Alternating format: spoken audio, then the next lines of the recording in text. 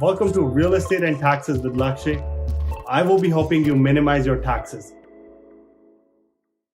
Good afternoon, everyone. My name is Lakshay. Sorry for the delay. Once again, we're back with our brand new topic on real estate and taxes. And today's topic is, how would my Dubai investment get taxed? A lot of the times, people are now, you must be seeing on media, social media, that a lot of people want to move to Dubai. A lot of people want to see, is that the right place for us? So today's topic, I wanted to, jump on and see if that is something that is worthwhile to do even. So without further ado, let's get started.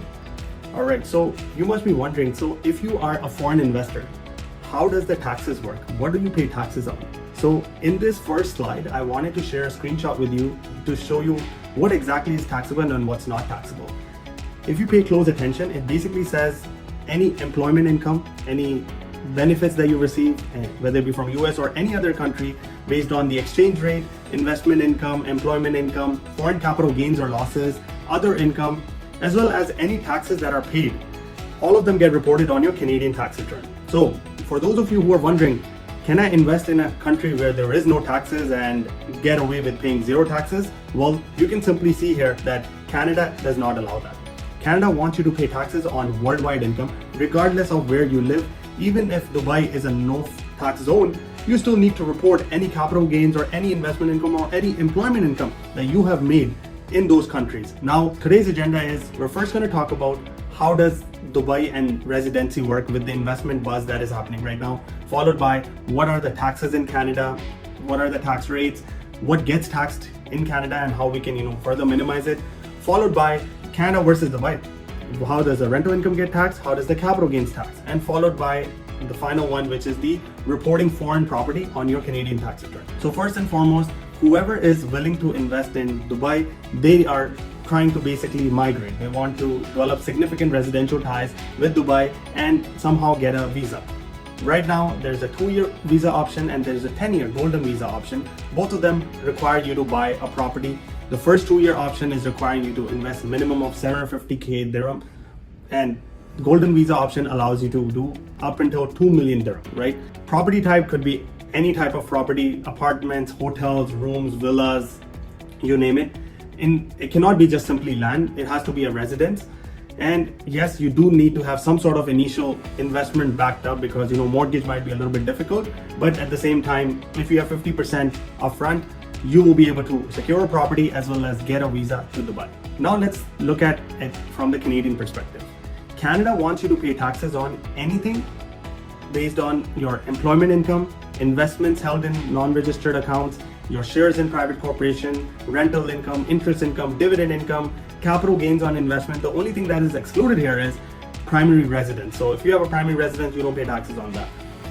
All of this is taxed based on single and only one criteria, which is residency. So what does residency mean? Residency means if you're living in Canada for over 180 days and if you meet the secondary and primary criteria of residential ties, then you would need to pay taxes. What do significant residential and secondary ties even mean? Well, I've highlighted it for you. So significant residential tie would mean you have a home in Canada, you have a spouse in Canada or dependents. This would mean that you are considered a Canadian tax resident. That means you'll be taxed on all of the list of income channels I've said. All of those would be taxed in Canada. If let's assume some of the secondary significant ties don't exist in Canada, then the CRA looks at the secondary ties. Secondary ties meaning you having a car here, furniture, any memberships, bank accounts, driver's license, health card, all of these will determine that you are still resident of Canada. So in order to not pay taxes in Canada, you need to make sure that all of these residential ties, all of these significant and secondary ties are cut off. Yes, you heard it right. If you want to pay zero taxes and move to Dubai and not have to deal with Canadian taxes, you would need to give up all of the significant and most of the secondary ties in order to pay zero taxes. Now let's look at other things that really determine your residency status. Well, after you have decided to move from Canada, you would need to file a form called NR73. Before going or leaving Canada, make sure to get it.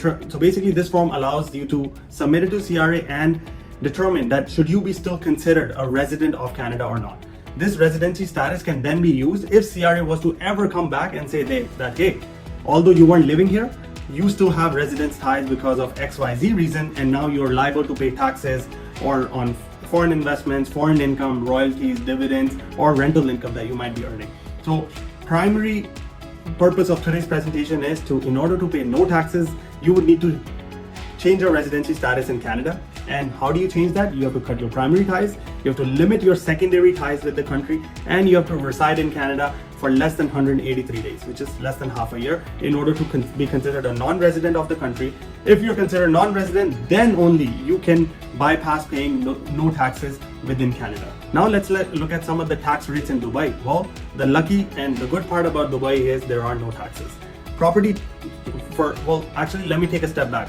When I say there are no taxes, I mean to say compared to Canada, where there is 50% taxable capital gains, there is taxes on rental income, which gets added to your income and gets taxed on marginal tax rate. So rental income and capital gains both get taxed in Canada, whereas in Dubai, you don't have any of those taxes, because you basically only pay one tax, which is property tax, 2% by you, 2% by the seller, paid at the time of closing. And once that property is transferred, there are no ongoing taxes, which is not the case in Canada. In Canada, you need to report every year your rental income, you report your insurance, property taxes, your interest on mortgages, so gross rent minus all of your rental categories, rental expenses, and that's what goes on your taxes. So this is not the case with Dubai. Dubai, you have the ability to not pay those taxes and live a tax-free life.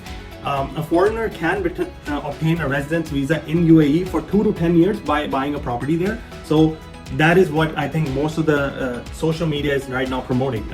They're promoting events where you can technically either buy a property in Dubai to get your residency and then start a life there if you wanted to. Now let's look at how does Canadian taxes work if you have an investment overseas.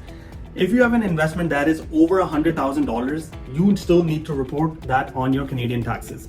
If you are a Canadian who is filing taxes year on year and you were not able to cut your primary and secondary ties with Canada, you would need to report all of the capital gains, rental income, and any sort of income that you have made from Dubai's investments and put it on your Canadian tax return. So if, let's assume, I bought a property in Dubai, which I rented out for maybe 10,000 dirhams a month, right? The entire amount would be 120,000 for the entire year minus all of the expenses. The net income would technically be reported on my Canadian tax return, and because of after the exchange rate is kicked in, you would need to report it in Canadian dollars how much you have collected from your Dubai's investment, whether it be from capital gains, whether it be from rental income or employment income. All these types of income would need to be reported on your Canadian taxes if you're a resident of Canada, which technically means you have primary and secondary ties with the country. So if you want, you must be wondering, hey Lakshay, is there a way around on how we can not pay taxes on Dubai's investment? Well, the only thing I found was if you were to not rent your property in Dubai and call it your vacation home, that would technically get you a free pass of not having to report any capital gains at the time of sale. So if, let's assume, I have a property in Dubai, I'm not renting it, I just keep it as my vacation home, that is technically considered my use for my personal use, and that doesn't need to be reported on my Canadian taxes, and I can get by not reporting it. Otherwise, if you even own a crypto account which is over 100k in value, you still need to report on your Canadian taxes.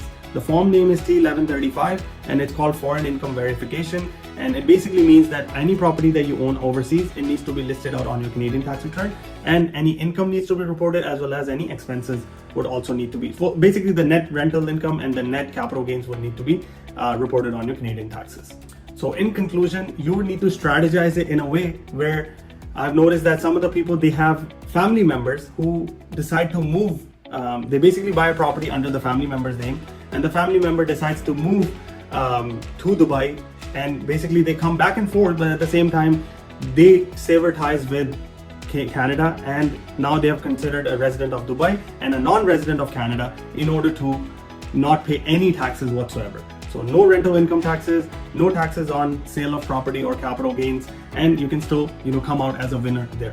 So that's how I would basically be strategizing. The short answer is, can you avoid paying taxes by investing in Dubai, a no tax-free zone? Well, the answer is no. Is there a way to doing that? The answer is yes, but for that you would need to move to Dubai, become a non-resident of Canada, and the second option is either have one of your family members do the investment, they basically severitize with the Canadian government and move to Dubai and do basically the investment portfolio under their name. And I hope that kind of wraps it, answers most of your questions for Dubai's investment. All right. Thank you very much, guys. Really appreciate it. Thanks and have a good day. Bye-bye.